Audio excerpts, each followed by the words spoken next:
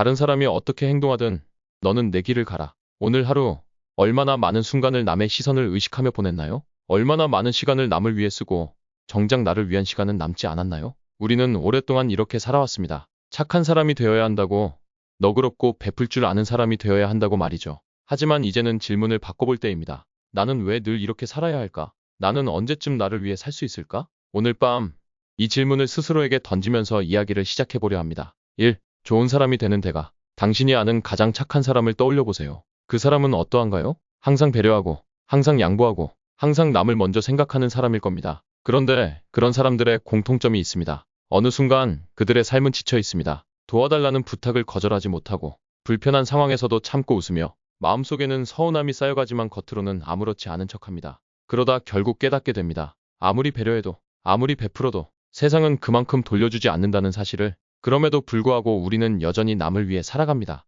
왜일까요? 좋은 사람이 되고 싶어서, 미움받기 싫어서, 남들이 나를 어떻게 볼지 신경 쓰이니까. 하지만 이제는 다른 선택을 해도 괜찮습니다. 이 너그러움이라는 이름의 함정. 우리는 너그러움을 미덕이라 배웠습니다. 하지만 때로는 그 너그러움이 우리를 갉아먹는 독이 됩니다. 필요할 때 도움을 주는 것은 좋은 일이지만 모든 상황에서 희생하는 것은 나를 지우는 일입니다. 너그러움이 당연시될 때 사람들은 그것을 권리라고 착각합니다. 저 사람은 원래 착하니까, 저 사람은 원래 거절을 안 하니까. 이렇게 기대가 쌓이고 결국 당신은 착한 사람이 되어야 한다는 부담 속에서 살아가게 됩니다. 하지만 기억하세요. 착한 사람이 되는 것과 남들에게 이용당하는 것은 다릅니다. 이제부터는 무조건적인 너그러움이 아니라 지켜야 할 선을 정하는 것이 중요합니다. 3. 베푼다는 것은 무엇일까? 그렇다면 우리가 남에게 베푸는 것의 본질은 무엇일까요? 배려는 내가 기꺼이 할 때 의미가 있습니다. 베풀면 내가 여유가 있을 때 가치가 있습니다. 내가 여유롭지 않은데도 억지로 베풀면 그것은 결국 후회로 돌아옵니다. 마음 한구석에는 서운함이 쌓이고 그것이 반복되면 결국 후회가 됩니다. 왜 나는 늘 이런 역할을 해야 하지? 왜 나는 늘 나만 참아야 하지? 그런 생각이 든다면 이제는 멈춰야 할 때입니다. 4. 나 자신을 지키는 방법.